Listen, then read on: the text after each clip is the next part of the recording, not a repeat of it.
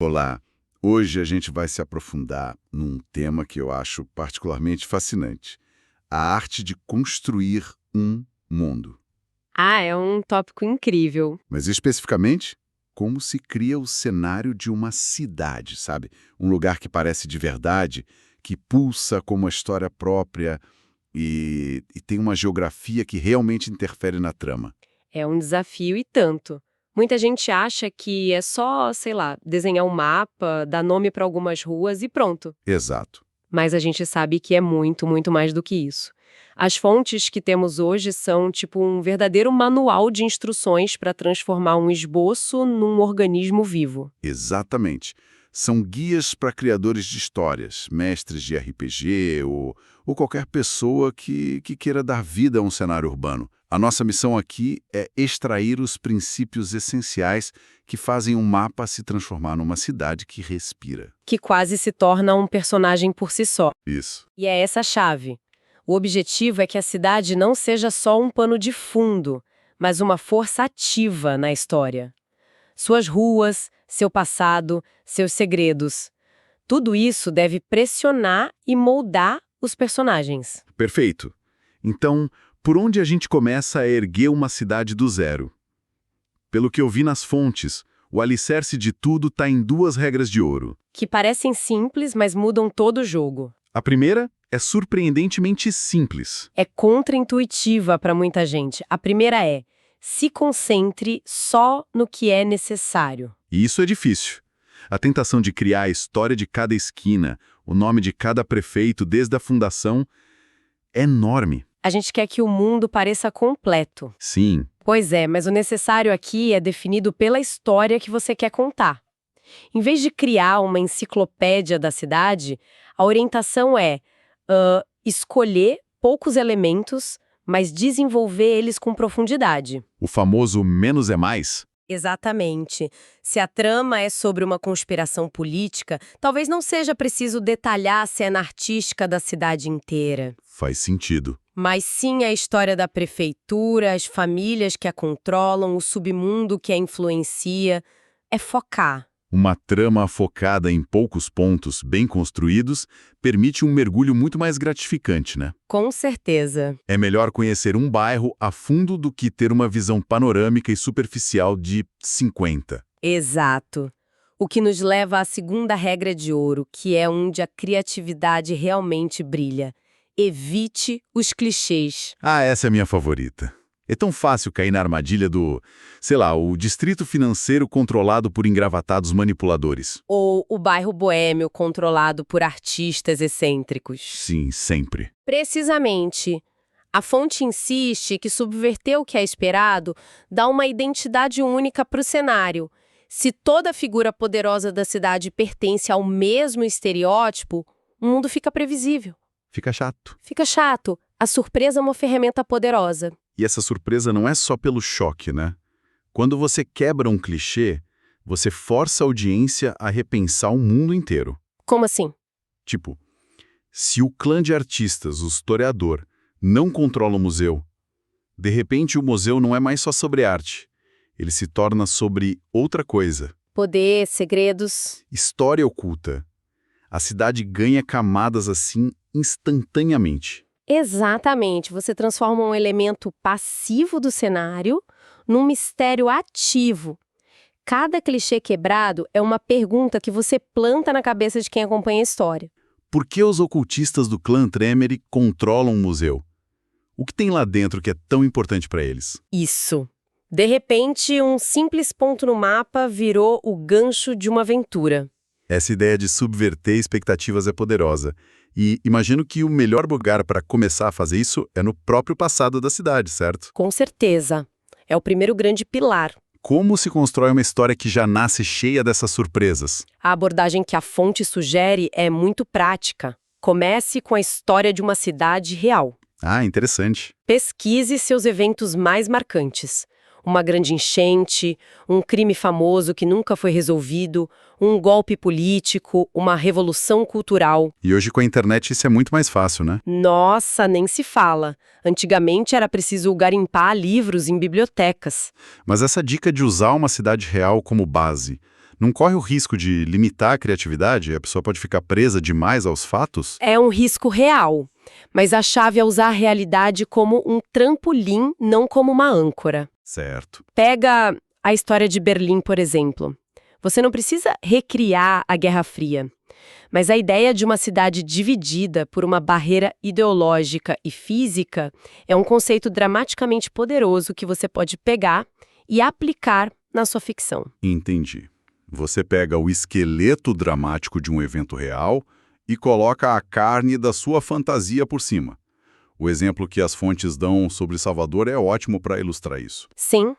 Imagina criar uma história sobre linhagens de vampiros de origem africana em Salvador. Uau. A pesquisa se concentraria na história real da chegada dos africanos escravizados, nas revoltas, nos quilombos, e aí você entrelaça sua ficção nisso. Talvez um líder quilombola fosse, na verdade, um vampiro lutando por liberdade. Exatamente. O real e o ficcional se misturam, e a história ganha uma base sólida, crível.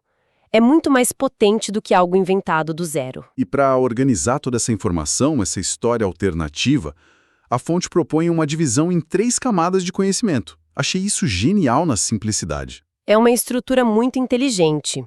A primeira camada é o conhecimento geral. A Wikipédia da cidade. Isso, a versão oficial da história que todo mundo que vive ali conhece. O exemplo de Berlim é perfeito para isso. Que todo mundo sabe que a cidade é dividida entre 2 líderes vampiros, um eco do antigo muro. É o status quo. Isso.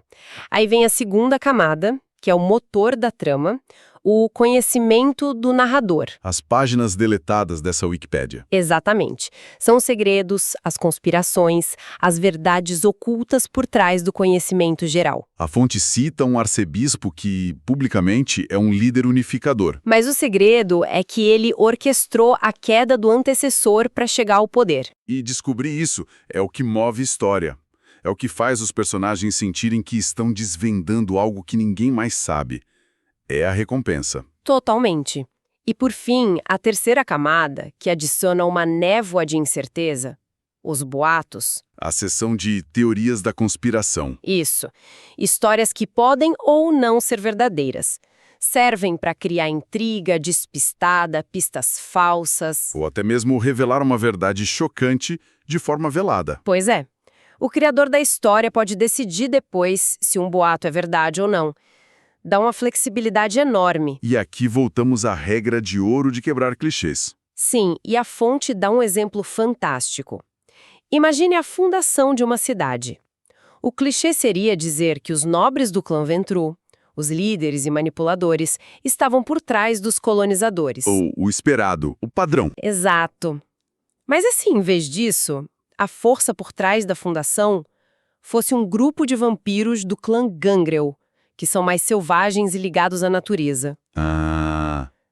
E se eles não estivessem conquistando, mas sim fugindo de uma ameaça terrível, e a cidade foi um ato desesperado de sobrevivência? Nossa, isso muda tudo. A dinâmica de poder da cidade, a cultura secreta, tudo seria diferente. A política não seria sobre controle e manipulação. Seria sobre proteção e paranoia. Exatamente. Uma única mudança no clichê redefine a alma do lugar.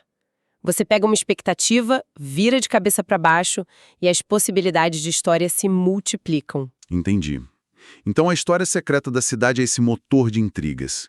Mas essa história precisa acontecer em algum lugar, né? Como a gente transforma um mapa físico, as ruas e os prédios, em parte da trama? Esse é o segundo pilar, a geografia. E aqui, geografia não é só sobre rios e montanhas. É sobre territórios, locais de poder. Porque controlar um território significa controlar recursos. Recursos, influência e pessoas. E a regra do foco no necessário volta com tudo aqui, imagino. Não precisa mapear cada poste de luz. De jeito nenhum. A sugestão é escolher locais que tenham a ver com a história. Se a trama é sobre vampiros asiáticos em São Paulo, por exemplo, o foco pode ser quase exclusivo no bairro da Liberdade. O bairro vira o mundo da crônica. Isso, mesmo com a metrópole inteira ao redor. E a fonte fala sobre buscar inspiração em filmes, jogos, mas a dica que eu achei mais legal foi a de usar lugares que o próprio criador conhece pessoalmente. Sim, descrever um lugar que foi marcante para você torna a narração muito mais vívida. É verdade. Nossa, essa ideia me lembrou de uma vez que visitei uma fábrica abandonada. A sensação, o cheiro de ferrugem, o eco dos passos. Você consegue transmitir isso. Consigo imaginar como usar essa memória daria uma textura totalmente diferente à descrição. Em vez de só dizer era um armazém velho. Totalmente. Os detalhes sensoriais, a memória afetiva, isso transparece e dá uma sensação de autenticidade que é impossível replicar. E o fascinante é como essa geografia física se conecta direto às estruturas de poder. Certo. Quem controla o distrito financeiro? E o porto, por onde entram e saem mercadorias ilegais? Quem domina a universidade, o centro de pesquisa? E a prefeitura? Talvez o poder real não esteja no gabinete do prefeito. Mas sim nos grupos que controlam o crime organizado e a corrupção que movem a política nos bastidores. Cada instituição pública vira uma peça num tabuleiro de xadrez sobrenatural. E aí que a gente pode aplicar de novo a quebra de clichês de forma espetacular. Sem dúvida. O exemplo do museu é ótimo. O clichê seria ele ser controlado pelo clã toreador, os artistas. Claro. Mas e se ele estiver sob o domínio dos Tremere, os feiticeiros, por causa dos artefatos místicos que estão lá dentro, escondidos à vista de todos? Ou a universidade. Em vez de ser um domínio de intelectuais, talvez seja controlada por um sindicato do crime que a usa como fachada para lavagem de dinheiro. Ninguém suspeitaria. Pense no hospital principal da cidade. O óbvio seria dizer que é importante pelo acesso a bolsas de sangue. O que faz sentido. Faz. Mas e se o clã que o controla não está interessado no sangue, mas sim nas informações? Eles têm acesso aos registros médicos de todas as pessoas poderosas da cidade. Uma fonte inesgotável de chantagem. É muito mais interessante. E o exemplo do criminoso toreador é genial. O maior bandido da zona mais perigosa da cidade não é um brutamontes, mas um esteta do clã dos artistas que se excita com a beleza do caos. Ele não busca beleza na arte, ele rege a anarquia da favela como se fosse uma sinfonia. Imagina a cena. Os personagens esperam encontrar um brucutu e dão de cara com essa figura elegante. Que não quer dinheiro. Ele quer ver a beleza do desespero e da sobrevivência. Isso é muito mais assustador e memorável do que qualquer clichê. Desafia todas as suposições. E força todo mundo a pensar fora da caixa. E tudo isso ganha um peso ainda maior por causa das regras do universo, né? A fonte menciona a tradição do domínio. Isso, e é crucial explicar isso. A tradição do domínio é uma das leis mais fundamentais desse universo. Basicamente, ela diz que um vampiro tem soberania total sobre seu território declarado. Seu domínio. Exato. Quem entra sem ser convidado está sujeito à fúria do dono. Isso transforma cada metro quadrado da cidade num campo de batalha político. Então, ter um território, por menor que seja, não é só um detalhe. É uma declaração de poder. E dá aos personagens um motivo para se importar. Dá a eles um ponto de partida, uma identidade e algo a perder. Não são apenas visitantes. Não, aquela é a casa deles, o seu feudo. A cidade deixa de ser um pano de fundo e se torna o tabuleiro onde o jogo deles acontece. O envolvimento é imediato. Uau! Ok, então, resumindo nossa conversa. Para construir uma cidade que parece viva, a gente começa com duas regras. Focar no essencial para a história e fugir do óbvio. Quebrando clichês sempre que possível. E a partir daí, erguemos dois pilares. O primeiro é uma história profunda. Construída em camadas. Conhecimento público, segredos do narrador e boatos traiçoeiros. Tudo isso ancorado em eventos reais para dar mais peso. E o segundo pilar é uma geografia com propósito. Onde cada território importante representa uma forma de poder político, financeiro, social, místico e cujos donos desafiam nossas expectativas. Exato. E como a fonte aponta, um palco bem construído não é nada sem os seus atores. O próximo passo, lógico, depois de ter essa cidade pulsante, seria povoá-la. Seria povoá-la com personagens complexos e interessantes que são, eles mesmos, um produto dessa história e dessa geografia que a gente criou. E isso nos deixa com um pensamento final para refletir, que eu acho que amarra tudo. As fontes nos deram um excelente plano de construção. Sim, um ótimo roteiro. Mas isso levanta uma questão para qualquer criador. O que acontece quando os personagens, os jogadores, começam a interagir com este mundo? É a cidade que inevitavelmente molda os personagens com sua história e suas pressões? Ou são as ações imprevisíveis dos personagens que acabam por remodelar e talvez até destruir a cidade que foi tão cuidadosamente construída? Fica a reflexão.